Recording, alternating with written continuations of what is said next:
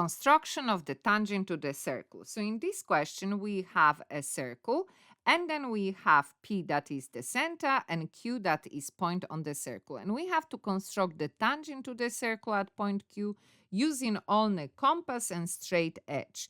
Now, one piece of knowledge that we need for this construction is the fact that this tangent here with this radius here will create a right angle. So that's basically what we are constructing. So the first part is to put our straight edge exactly with point P and Q, and then, oh, this is not what I wanted to do, P and Q, and then we draw a line that connects them and go on the other side. Then we take our compass, and first we're going to mark 2 points on our line, exactly the same distance. Doesn't matter how far, that makes no difference. Then the next thing, we just have to change a little bit our compass. We're going to draw arches. One will be, let's move that a little bit. So from one side, I'm going to draw an arch on this side. Now let's see whether I can move it on the other side. Obviously, it is so much easier for you.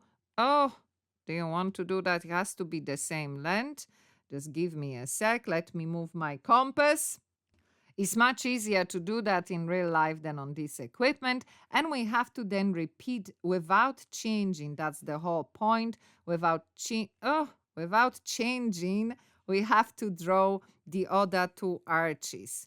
And here I have another one. Okay, perfect. It worked. Now we take the straight edge, and all we have to do is to join those 2 points of crossing. So one point, we just have to make sure we align it well. And obviously, look, my aligning is not as good as yours, because that's what I'm saying. It's a little bit more difficult, as you can see, to do it on this equipment than in real life. But we get the idea. Is this point here and this point here, and we are drawing a line. And that's how we're going to construct a tangent. Mine, like you can see, it is not perfect because it's not touching it. It does leave a bit of space, because I didn't align mine, as you can see, very well. But you can do that in real life much easier.